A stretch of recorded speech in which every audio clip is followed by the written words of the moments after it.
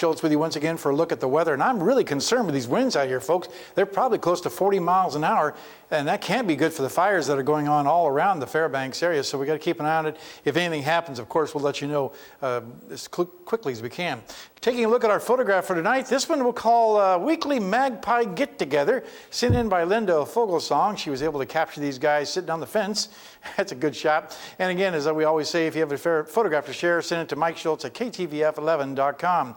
Normal temperatures this time of year, normal high 74, normal low 53. Today's high was 81. The record high 88 in 1990, a record low 31 in 1905. Sunrise and sunset, that's about 21 hours and 21 minutes of daylight. That's a loss of 4 minutes from yesterday.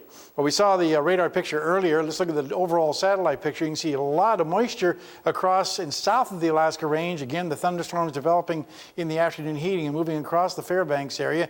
More thunderstorms over to the east, so we're not quite out of the woods yet. This system is expected to move slowly to the east. As it does, skies will clear, temperatures will cool down, and we're looking at a good rest of the week. What's going on across the rest of the state right now? Well, we're looking at rain falling around the Juneau area, with just partly cloudy skies at Ketchikan, cloudy skies around Anchorage and Kodiak, some rain around Cold Bay and Bethel, and then partly cloudy skies at Nome, clear skies at Barrow, and also partly cloudy skies at Fort Yukon, not quite 80 degrees. Lower 48, did you hear over the weekend how hot it got? Well, how about 129 degrees in Death Valley and near 120 degrees at Phoenix, and today 104 degrees in Salt Lake City. That's the fourth day in a row they've had 100-degree temperatures. Elsewhere across the country, lots of widespread thunderstorm activity, and the rains continue quite heavily over the northeast. As you can see here, a lot of moisture moving across the northeast, up and down the eastern seaboard. Then more storms developing in the afternoon, daytime hours, with the heating moving off the eastern slopes of the Rockies. What's it all mean for tomorrow?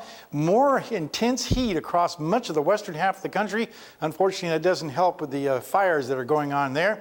And the overall jet stream way to the north, all the way across the country, which means warm temperatures for everyone, and humidity is really picking up across the east coast, while the Pacific Northwest finally cools down a little bit and gets a little nicer. Back to Alaska for tomorrow. As you can see in the northern sections, mostly cloudy for Barrow, periods of rain for Nome, and isolated thunderstorms in the Fort Yukon area. Here in the interior, if you're heading down to the Healy area, the Denali Park, look out for gusty winds in the passes there. Otherwise, mostly cloudy areas of smoke in Fairbanks. Over southeast Alaska, widespread rain showers for Juneau and Ketchikan. While out to the southwest, we're looking at light rain in Cold Bay, showers for Kodiak, and rain at Bethel. And over the south central sections, windy with showers in Anchorage, rain for Valdez and Homer. Our forecast for the remainder of the night: the scattered showers and gusty winds will continue through probably about 8 or 9 o'clock this evening. Then cooler temperatures, 52 with the overnight low. Tomorrow's forecast, mostly cloudy, areas of smoke, not as hot, and less chance for showers, and about 73 degrees. And look at the extended forecast. You see temperatures once again dropping down below the normal highs for this time of year. And no precipitation expected, especially on July 4th. Right now, it looks like it's going to be a beautiful July 4th, right around 70 degrees and just partly cloudy skies. Overnight lows also cooling down a little bit to the low to mid 50s. But those winds right now, I'm very concerned about. They are whipping. They are really strong, yeah. Winds are whipping. Yeah. Absolutely. Yeah, I thought originally it was wildfire smoke. I thought it was blowing back in until you really take a look at it. It is dust. Yeah.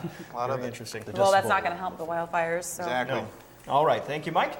That will wrap up this edition of the Fairbanks Evening News. As always, we are glad you could join us. Tonight on NBC Nightly News, an elite crew of hotshot firefighters are killed in Arizona.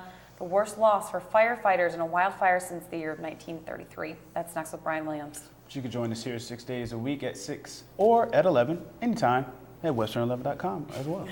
Bonnie Bowen got a chance to go up there with his wife to the Chattanooga Park and get some video for us to leave you with tonight. We'll leave you with that. We'll see you back here at 11 o'clock. Have a good night.